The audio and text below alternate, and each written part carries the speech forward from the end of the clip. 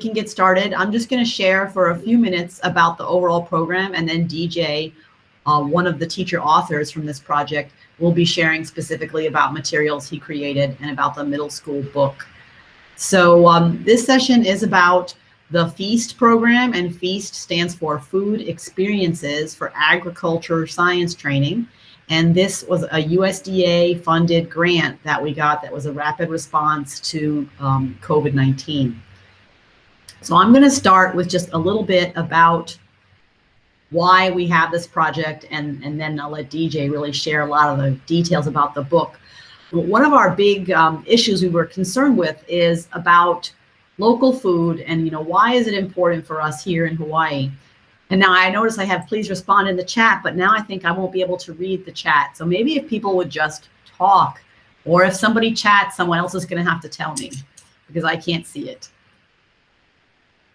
I can read the chat if folks want to. Awesome. Chat it out. We'll all work together. So what do you guys? Or feel free to unmute. I'm on mute? Or no, for everybody else, if they want to unmute, then they can unmute, yeah. Share out. So does anybody want to share why they think it's important to grow local food for us in Hawaii? We live on an island. Yeah, we live on an island. Resources. Uh-huh. Does anybody know how much of our food is imported? So Suzanne says, so we aren't dependent on the mainland. Absolutely. Yeah. I think most of our food is imported, but I don't know the actual answer. Yeah, it's actually in the 90s, like 95% of our food is imported. And so this is an issue of local sustainability. So this is part of the driving reason, for this grant. The other part of the driving reason was about how COVID-19 impacted local food systems. If we think back to the beginning of the pandemic, do you remember how COVID-19 affected our food system?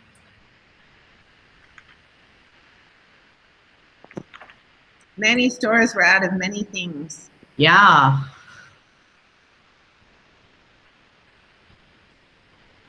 How about how we interacted with each other? I think that changed a lot too. That's a good question I've been asking with my students. Hey Corey, can they hear me in that other room?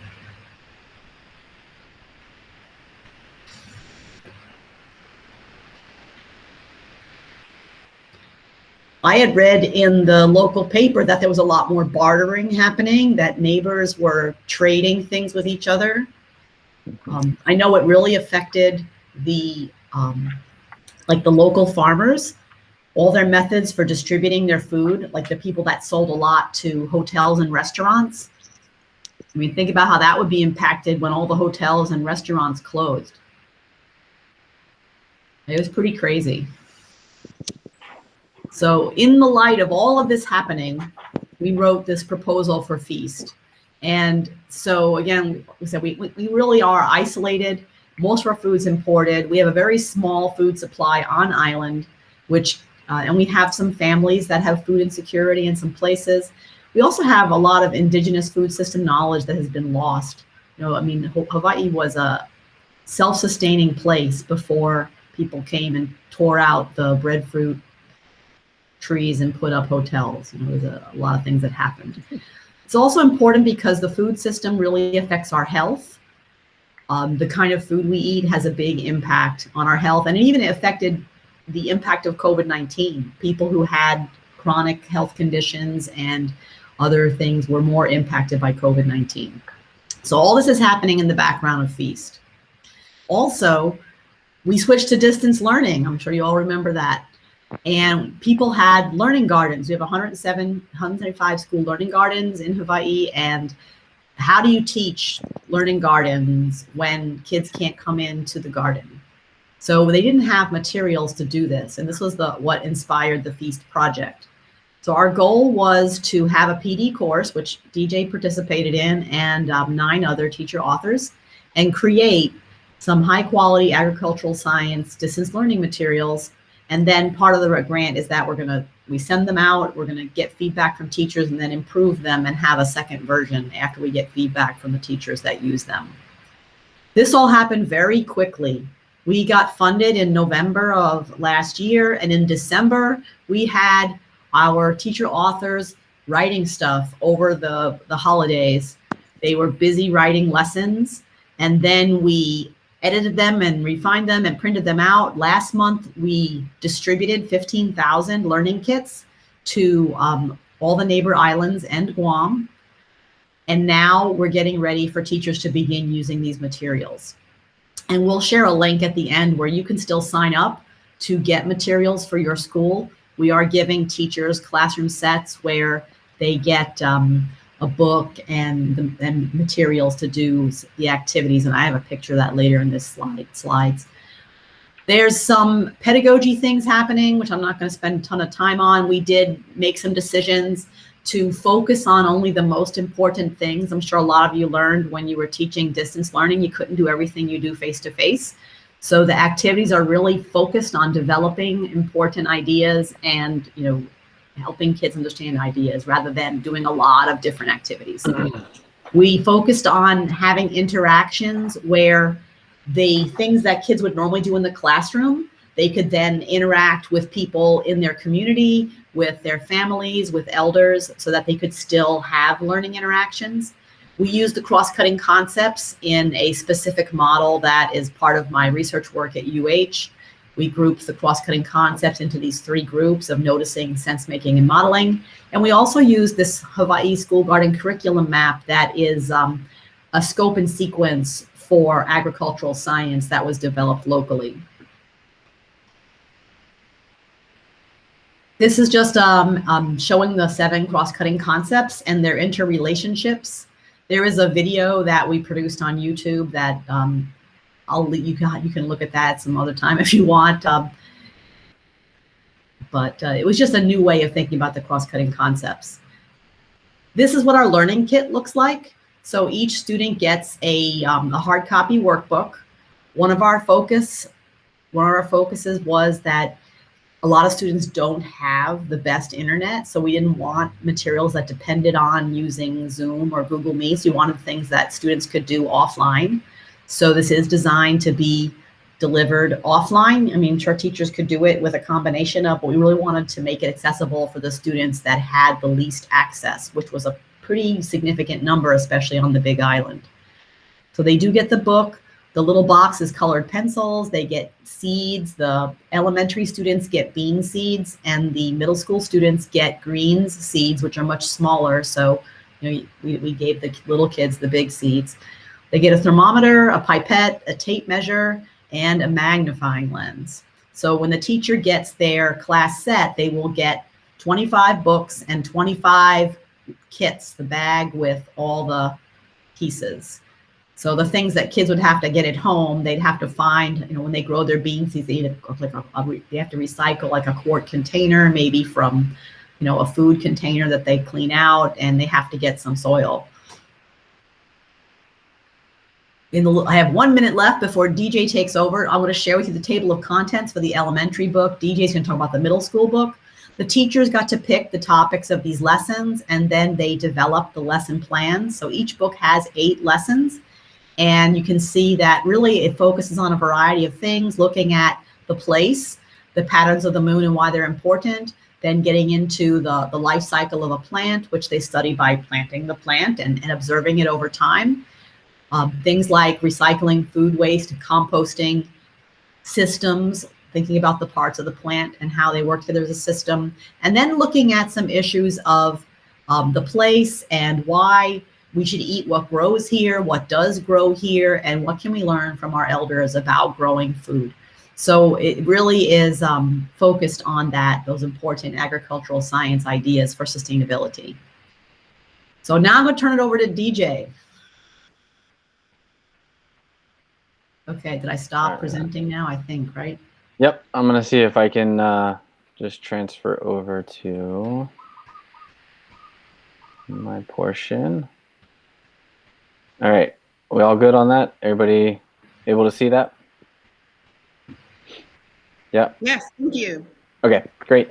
So yeah, before I get started, I just want to recognize that today is Juneteenth. I want to recognize and honor all that stands for and signifies as we as a country and as a nation move forward.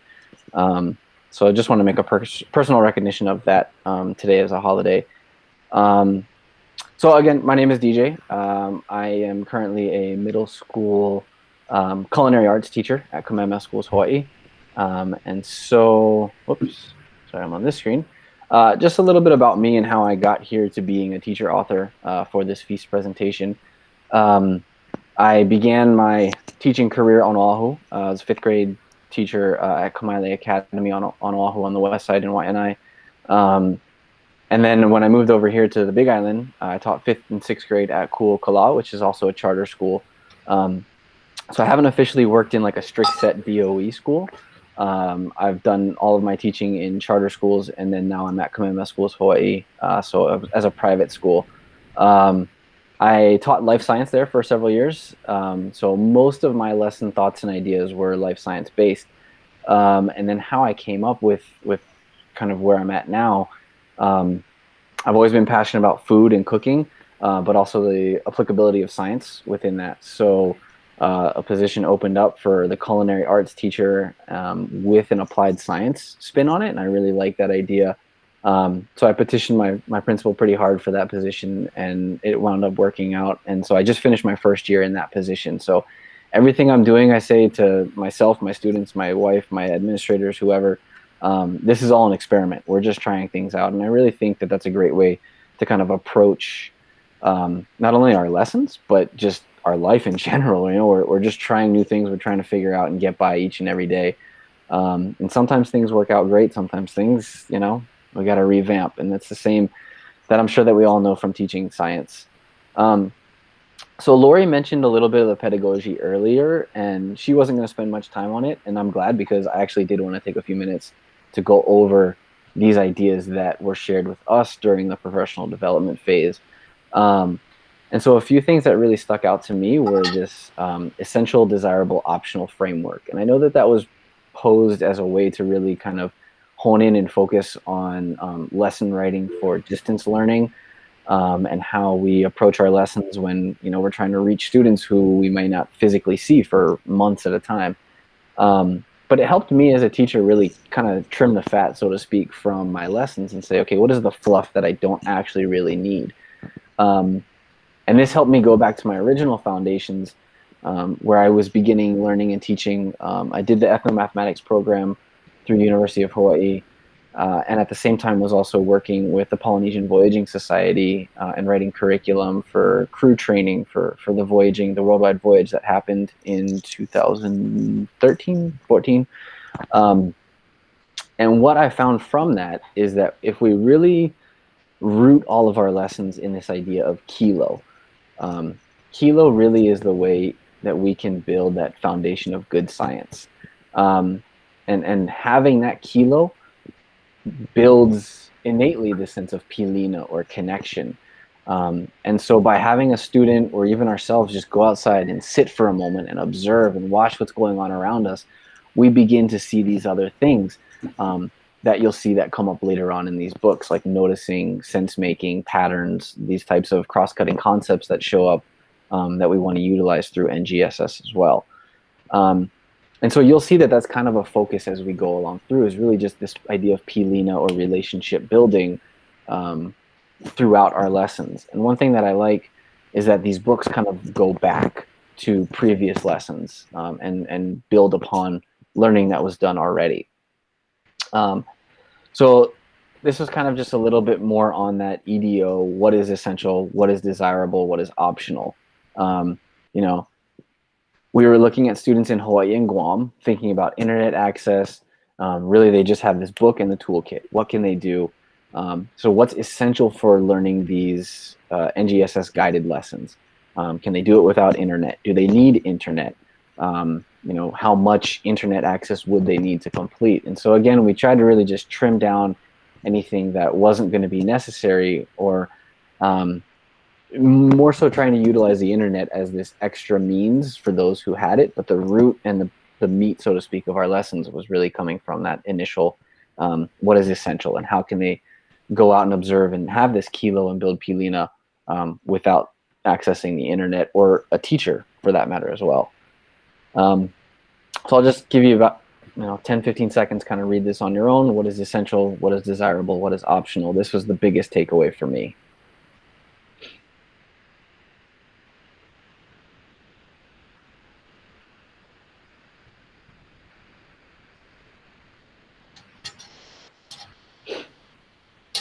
So in our 6-8 booklet and toolkit, we have 8 lessons, and they all form around these essential questions. Whether I was in the classroom as a gen ed teacher for elementary, teaching life science, or even now in my culinary position, I always begin or have an essential question in each of my lessons. And again, that's just a way to kind of root the kids back onto that kind of, why are we doing this? What are we going to learn? And it all kind of is encompassed within that idea. So our 6-8 toolkit starts off with how do plants respond to different environments, and then we start to look at weather patterns, the moon, how that affects seeds, and then different soil and organic matter. So it kind of builds naturally, again, through these observations, through this kilo. And then it ends up with lesson 7 and 8 really looking at, or really lesson 8, how we impact our place. So kind of making this cyclical, complete unit, I believe. So just a little bit more about our toolkit, where the lessons are. I really like that there are all these icons to have the students go back, and these are kind of these notifiers. Okay, this lesson here is going to focus on a sense of place. This lesson here is going to focus on nourishment. If you see this icon, make sure you do this action. So it's just kind of a way that we added a little bit more graphics, but also kept students accountable. And really their accountability comes through this kind of activity tracker.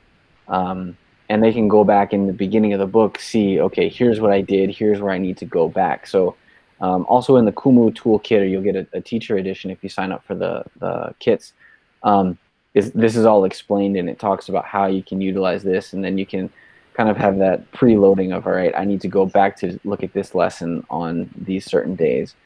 So it's a really good idea just to kind of keep track. I mean, middle school students, elementary school students, organization, even us as adults, organization is a difficult thing at times. So this is just a kind of little thing to help them out. The other piece that I worked on in this was the safety, particularly in the kitchen lessons and the culinary lessons. We really wanted to emphasize safety in science. So making sure that you're in a safe place, that you know how to properly use tools, that when you are communicating with an adult, you have this reciprocal of, hey, mom, dad, guardian, I'm going to go do this thing, and they know where you're at. And so we really wanted to emphasize that. So this is a good reminder, I think, for us as teachers to really have that safety as an emphasis. And what I also do in my lessons, just in my regular classroom, is I always begin with some sort of a tool talk, where I let the students know, here's the tools that we're going to be using today. Here's what we're going to be using. Here's how I expect to see you use them. And if I see things outside of this expectation, then you won't be allowed to use them. And so it just really puts that responsibility again on those students from elementary all the way up through high school and even college students. So I'm going to pause just kind of on the book information for just a moment. And I'm going to ask you guys to do a little bit of kilo on your own. And so this is going to link to the lesson that I'm going to share, which is one of the ones that I worked on. And I want you to either just look outside your window. Maybe you have an indoor plant. Maybe you don't have any plants nearby, but you can imagine a leaf or a plant or a tree. And I want you to just take a moment and kilo that. Go to observe it and see what comes to you. There's a few cues, especially regarding the leaves on this slide, that you can read and help you out a little bit if you're not sure really what to look for. But take about, let's see, it's 9:50 on my screen. Let's take 1 to 2 minutes to really try and in-depth observe a plant, either outside your window, maybe one you have in your house, or you could even look up an image of one.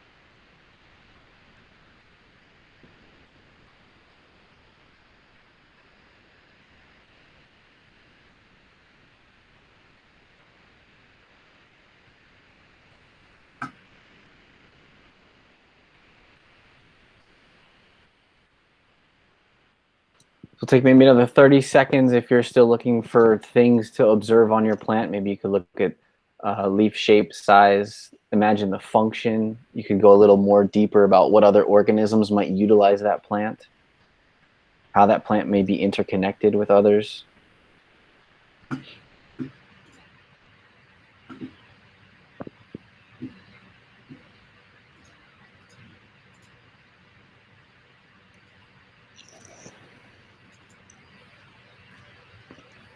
All right, so here's where I'm going to do the teacher thing, and I'm going to ask for a little bit of participation on your part. So, you know, however you're most comfortable, I welcome unmuting, especially if you have your video. It's nice to see faces. However, if you're most comfortable using the chat, that's fine with me as well. But just share out, what are some of those observations that you made? And if you know the name of the plant, please let us know ahead of time. That would be great.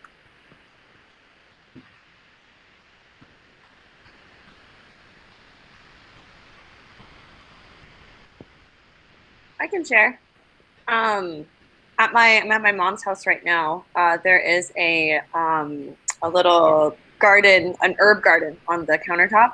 Awesome. And the tomatoes have gone crazy. They are climbing. They're looking for something, I think, to attach to. There isn't anything. So it's just this big, wild being there on the counter. It's really cool to watch. Awesome. Do you notice anything? Thank you, Kristen, for sharing. Do you notice anything about like the direction where the vines may be going, or the direction possibly the leaves are facing? It's a little bit circular. Like Okay. I'm not noticing like you would see like it's reaching in one specific direction. I'm not seeing that. Cool. That's actually opposite of what we might normally think. So those are always good things to bring out and observe. Yeah. Right on. Thanks, It's over Kristen. there. Yeah. Oh, sweet. Yeah. It's happy, I think. Cool. Any other observations you guys want to share out? I'm a teacher and I do know how to cold call as well, so I can just call a random name. All right, I'll jump in. Kanoho Soda. Mahalo. So what I see outside my window is I have a beautiful tea leaf plant, and it's like right outside my dining table, and so I've been watching it almost every day. And one side of the tea leaf plant has gotten like real yellow, and it's only the leaves on that side, whereas the other side is super dark and green. And I think it's because we just put in our new sprinkler system over there. So that's what my like thoughts are, but I definitely need to go and troubleshoot that. That's what I observe. Awesome. Awesome. Yeah. So it's good to go with like, you know, the initial observations, right? Colors, shape, size, those types of things. And then a second level observation is that reasoning and why it may happen. Yeah. Awesome. Mahalo kanoho. Any other mana'o you guys would like to share? Two really good ones so far. So I'll share. I've been watching my hibiscus plant that I have outside my house, and it's getting super tall. But what I like is that when it blooms, I like the flowers because they're very big and bright and colorful. But I have noticed that if I let it get too tall, it kind of gets rather spread out. So I try to prune it every now and again because that seems to make it grow nicer and the leaves closer together. So that's what I've been noticing. Awesome. Yeah, so thinking about, so this is actually a really good segue to go into the lesson that we're going to talk about. And so that's kind of dealing with the size, shape, number, and thickness of the leaves in particular. So the lesson that we're going to kind of look at is lesson 6 from the book. And it's how do leaves help plants help a plant get what it needs. So this lesson focuses mostly on function and structure of a plant. So when we're looking at those kinds of things, we also might look at patterns in numbers of leaves as well as their correlation to the size of the leaves. So the analogy that we use in this that's really easy for kids to connect to, I believe, is that leaves act like solar panels. They absorb the energy from the sun and use it to make food for the rest of the plant. So that's really where their energy comes from. So as we think about that, keeping this essential question in mind, we can utilize the activities that are in this lesson. So we have 4 main lessons with 1 kind of additional culinary activity. So the first one is using the noticing framework. So I didn't go over it at the beginning, but we use this idea of noticing, sense making, and then modeling. So beginning with Kilo, what do you notice? Then how do we make sense of it? And then can those students model what they've seen and learn? So beginning noticing, right, just survey the trees and their leaves. And I think they do this for 5 days. Just what do you see around? Estimate the number of leaves on that plant. Then we start to look at the size of the leaf, right? What does the size have to do with the number of leaves that there are altogether? Then continuing with our kind of sense-making idea and noticing, we're looking at leaf thickness, right? How thin or thick does that leaf have to be? What might that play in the role of a plant? And then the last one, 6.4, is designing a garden that would function and work together based on what you've seen growing naturally in your environment. So the other piece that I really like about these books is that they're place-based. And so by having the students go out and really see what they're looking at and what's around them, they can really build a better sense of what's happening around them. The last piece we'll get to is making an herb tea using leaves and sunlight. So that's kind of like the final culinary connection. The other piece I wanted to point out right here is these icons always have students talking, and it helps them solidify that learning. So even when we were in full distance learning, lockdown essentially, you could still talk to your parent, you could talk to a sibling, you could talk to a friend over FaceTime or however you were communicating, and see what they think. So having that conversation still built in. So this is just kind of a sample of what 6.1 looks like, kind of surveying, getting information, collecting data, and then there also are tables for them to fill in as well. So they can see, okay, here's what I'm looking at. Here's my estimation of numbers of leaves and those sorts of things. Give you guys just a few seconds to look over that.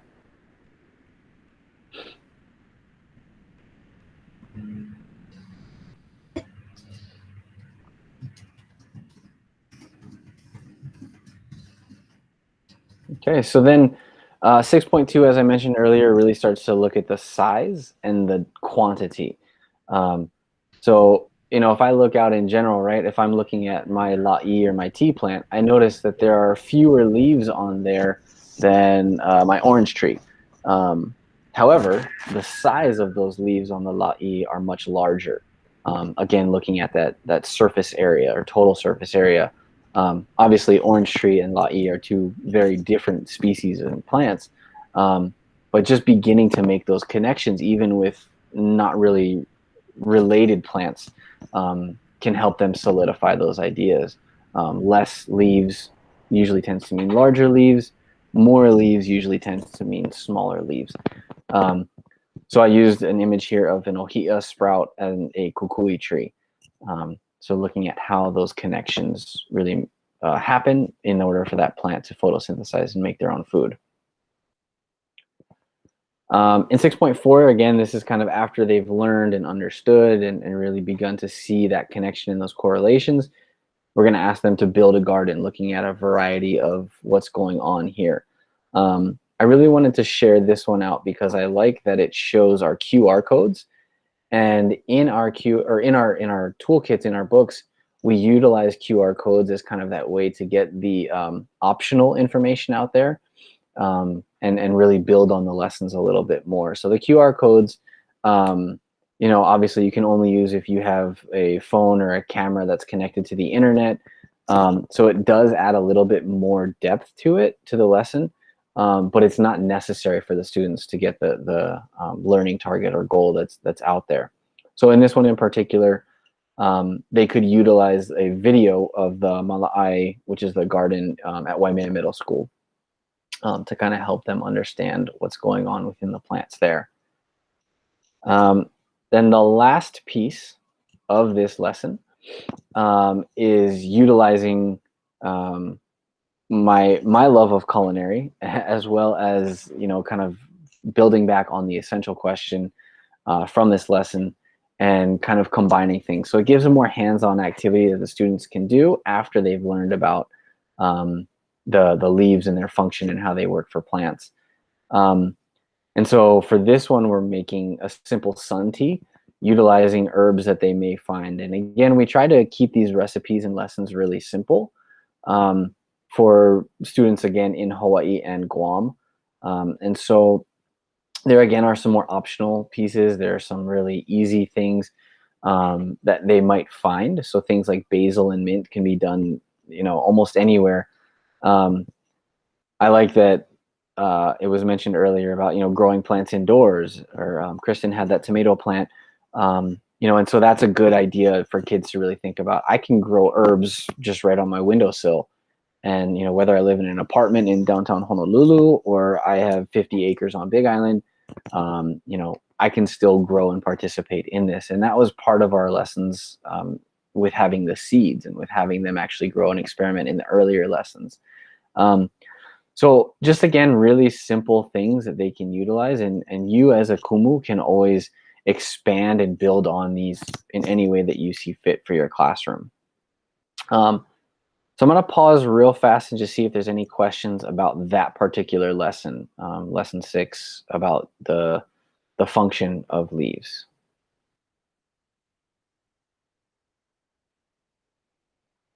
Yeah, I do have a question. Is this designed for, is there a specific grade level this lesson is designed for? Is it more about structure and function, or does it go into the life science of photosynthesis? It kind of touches on both a little bit. So this is designed for 6 through 8. So it's middle school based. And that's what this particular book is, 6-8. I worked on the 6-8 book. There is a 3-5 book as well. And so, again, in this one, it is touching on structure and function, but also has the aspect of photosynthesis as well. So I'm going back to my earlier slide here, 6.1, where we utilize this graphic here. So again, you can expand on that a little more. We don't go into the whole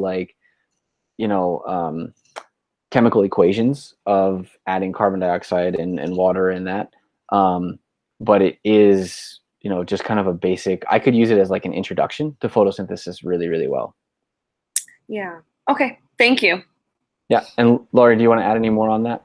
Yeah, one thing I thought was pretty unique about the approach was to think about, not just like the things in the cells of the plant, but to think about the leaf as a structure itself, and how does the thickness of the leaf affect how it functions, and how does the area of the leaf affect how it functions, and to really think about those relationships. But I posted in the chat, you can download the teacher guide to this book, and it will show the links to the NGSS dimensions and to the NGSS performance expectations, so you can see how it lines up. Awesome. Any other questions on that specific lesson?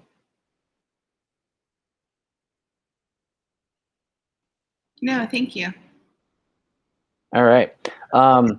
So I mentioned, as we talked about this last lesson here with the culinary unit, or the culinary aspect of it. So there's 8 lessons altogether, and 5 of those 8 actually have some sort of culinary connection as well. So I was working on those as well. And again, they're all connected to that main piece of each lesson. So the one in the left that you see with the yellowish orange font, the students will make haupia, or in Guam it's called kalamai. And this is a seed lesson that we used where we talked about growing plants from seeds. And so this one makes haupia using the coconut, which is obviously the seed of the palm. And so building in these kind of more hands-on activities that we try to keep culturally relevant as well as extremely easy, we feel like students can kind of get a little more of the engagement out of it, as well as like, hey, family, look what I made, look what I can do. So a couple other that we had was a Tsukimono. And so that's kind of like a basic pickling with a real easy brine. Another one that we did was a soup broth, where we talked about food waste, and I believe it was lesson 8. And so using the waste or the scraps from your vegetables, putting them in the freezer basically until you have enough, and then using them to kind of add a little bit more nutrients or a little bit more kick to something like a saimin. So they're all really simple, really easy recipes, but all ones that we felt connected really well to each of our lessons. And so I really like those as the culinary teacher. I think that, you know, it was a fun hands-on addition to those as well. So as we're kind of running towards the end here of our presentation, I will have time for some more questions and answers, but I want to know, you know, we each come from different schools, different backgrounds, different grades, different subjects. Even if you're not sure, can you just put a little mana about what you, how you could relate to the topics that are covered in this lesson in particular, in lesson 6, with the leaves?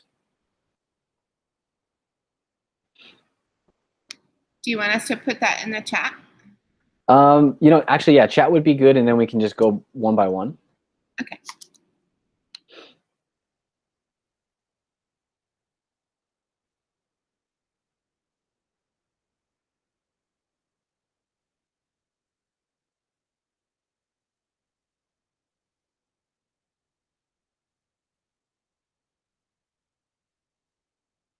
And if you need me to go back or clarify anything, feel free to ask.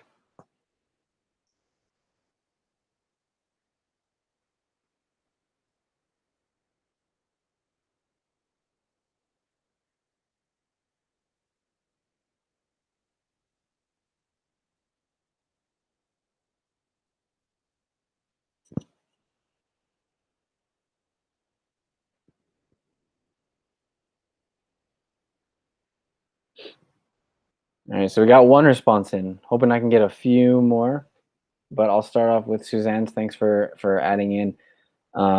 Yeah, we have access to a greenhouse and are able to plant the plants and do the science there. Very exciting to have this resource.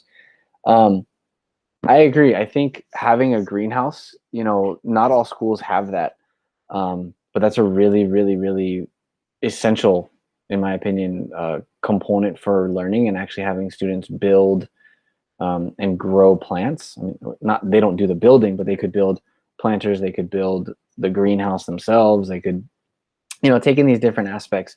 So then really making those connections. And again, this comes back to that idea of pilina.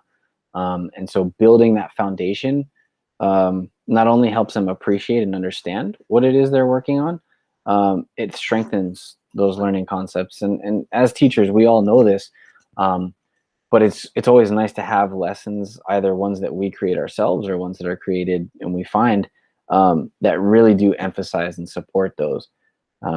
You know, teaching life science, that's the way that I felt students understood it best, is when we actually got out there and we did surveys, or we did, you know, we used tools to take measurements. So having that is a great resource, and you can definitely tie in all these lessons with that greenhouse, or you can expand it in any way that you want. Awesome. Kristen's germinating koa. I want to do some of that. Later plant them in reforestation. Yeah, koa is a great one. I mean, I'm sure a lot of us know, you know, the way the koa leaves are shaped to capture the mist and funnel it right down to their roots. So this could even look at like companion plants for koa. I know mamaki is a really good companion plant for koa, and think about how those levels of the canopy and understory might connect in a natural forest, or depending on where you're planting those. That's really, really cool. And yeah, mahalo kanoho. Doing a lot of malama aina work with planting and growing different plant foods. This will allow our students to focus in on a structured method. Yeah, and again, right, so plant foods, a lot of like canoe plants and stuff are really good, because not only is it a localized thing, but they have that connection, right? And then you can really build in the culinary aspect of it as well. I always enjoy, but again, if we're looking at this lesson in particular, you know, let's compare the leaf size and shape of uwala to kukui, right? Their shape might be similar, but what about their size, and what about the numbers, and how does that, you know, differences play out? So just really, really interesting ways that we could integrate. You know, going back to Lori's mana'o about the thickness, right? Just thinking the kukui leaf is much thicker than the uwala. Why? How does that work? So those types of things. And again, you know, these are resources. And so you can kind of flip and turn and change them to make your class what it needs to be, or to most benefit your class as well. So yeah, all right. Oh, there's awesome. There's a whole bunch more down here. I didn't even see it. Janetta is growing. Our students grow in our school garden by grade levels. This year, our grade 4 are growing kalo. Awesome. Yeah, again, canoe plants, right? So the taro, fourth grade is such a fun year teaching Ike Hawaii. I love that. And so you get to really utilize, and I think these books, you know, again, this is the 6-8 book, but you can modify it. We wrote it for a 6th grade level. So, you know, if you are teaching upper elementary, this could definitely be applicable. These books could be used for those. If you have an advanced 8th grade class, or even 9th, 10th grade, you can kind of take what we have as a base and spice it up to meet your needs, use it as an introductory, really empower those struggling students. However you guys want. They're really, really versatile. Yeah, Gail talking about starting a journal for the plants, drawing leaf rubbings. I have a notebook here full of leaf rubbings. Like those are great ways to get them, again, hands-on, interacting. And then think about right size and shape. And again, touching on those multi-sensory outlet for the artist kids, as you wrote there, Gail. Mahalo, mahalo. Yeah, any other manal you guys just want to pitch out here? We got a few more minutes. I was just going to open up for question and answer, but if we want to stick on this one for a little bit, I appreciate where you guys have gone.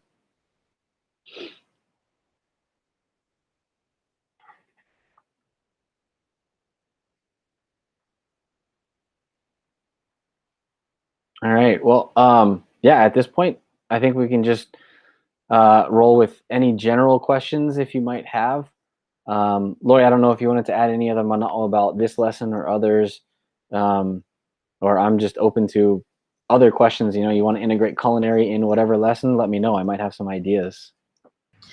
And that could be fun to get people to contribute other recipes, like after Jonetta's students grow their kalo and what they decide to make with it. We really love to see, you know, the things that kids make. We do have in the book, there's QR codes where they can share the pictures of things they make with Feast, so that we're hoping to put those on, you know, and share them through social media, you know, pictures of the plants they grow and the projects they make. So I'm hoping that we can develop some connections there.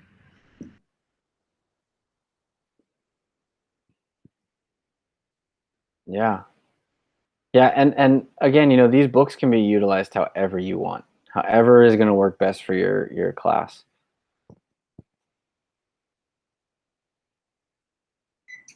So I came onto this a little late, and I apologize. So how do we access this resource?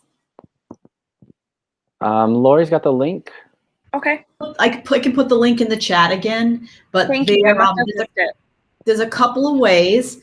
We do have a web page that's on UH, part of the CRDG website, which is the first link in the post I just put in the chat, where you can download the teacher guide and PDFs of the student books.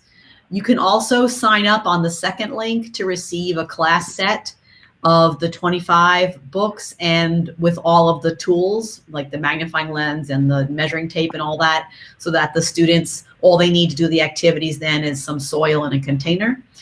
So yeah, please do sign up. On Oahu, we have over 5,000 kits were made for Oahu, and so there are still kits left. So please sign up to use these, because the USDA gave us $800,000 for this project. So we really want to see it get used, so we can show them that we're, you know, doing good things with this money and, you know, investing in the kids. We also have kits on the neighbor islands. So I know there's not that many neighbor islands represented. So if you have friends on the neighbor islands, tell them about Feast so they can sign up for kits too. And we're also distributing in Guam. Awesome. Thank you. This is Gail, and I'll make sure to send that information to the people that are in the other session right now, and to our whole membership, so that we can get it out there. So thanks, DJ and Lori. That was really great. Yeah, thanks everyone for coming. It was really a great session, and DJ, you did a fantastic job. Thanks. No, I appreciate you guys participating. I know a lot of us might